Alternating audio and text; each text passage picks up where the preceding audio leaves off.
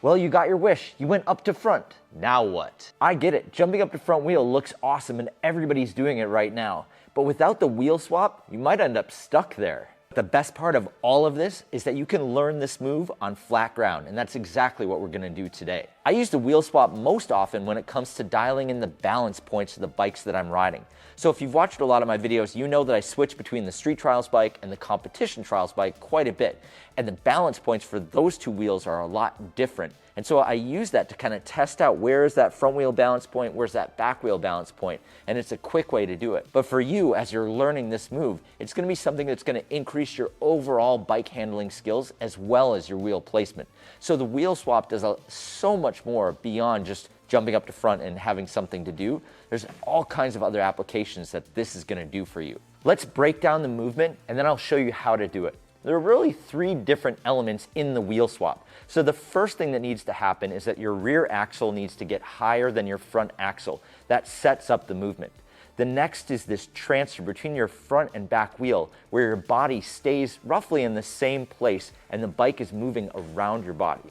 And then of course the third is when your front wheel comes up and your rear wheel replaces it.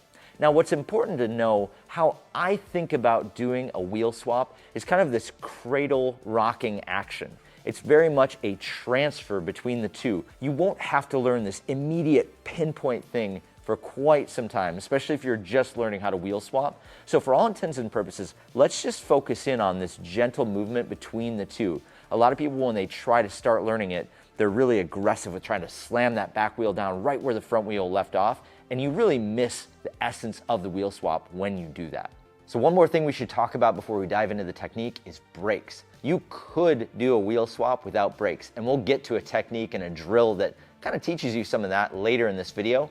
But I want to tell you that we're going to start with the brakes because it's the safest way to learn, and it also helps you, again, when it comes to adding other skills and developing different things, that modulation of your brakes, this is where it really comes in handy because we're going to have the brakes on and we're going to modulate and let them off slowly as we transfer between the two. So we probably are going to start with our brakes, but you will eventually get to a point where you don't always need them to do the wheel swap. So that's kind of how I would think about using it. We're going to start with brakes, but when you get to the highest level of doing wheel swaps, you won't need them. I'm going to start by teaching you the basics of the wheel swap on flat ground, and then we'll move on to a box and you can see how it applies there.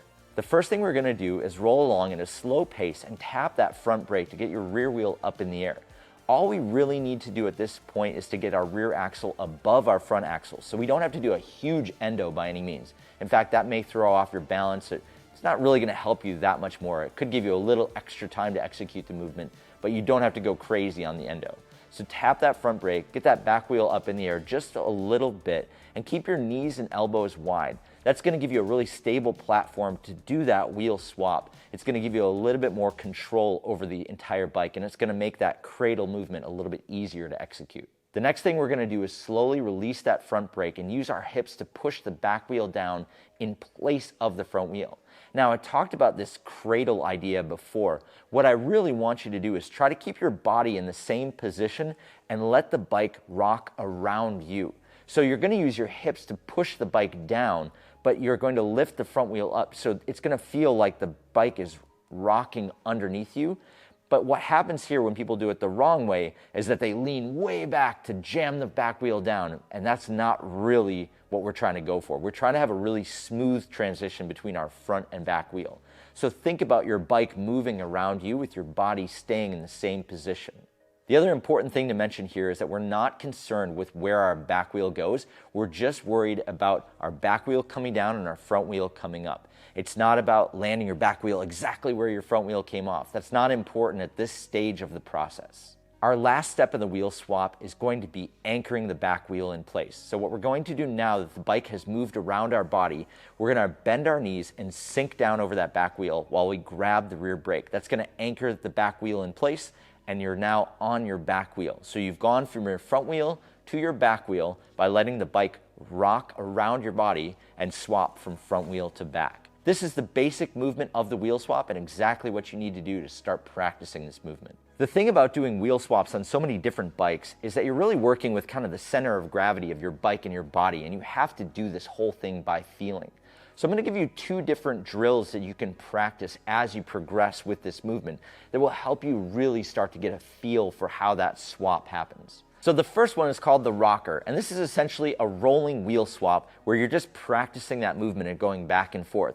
You're just using your brakes here to modulate. You don't have to be doing endos every single time. You don't have to end up way high on your back wheel. You can just practice that one transfer element of switching between the 2 wheels. The next drill is a little bit more advanced, and it's really a wheel swap to manual. And this for me is really about feeling out that back wheel balance point. So I've done the wheel swap like I normally do, and then I just let it ride on the manual a little bit longer than I normally would. So when I'm doing a regular wheel swap, I'll grab that back brake and settle into the back wheel to lock it in place.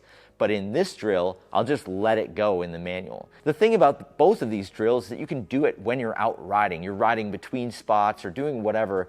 You can just practice these as you're going from spot to spot because they're easy to practice. They don't require anything besides flat ground.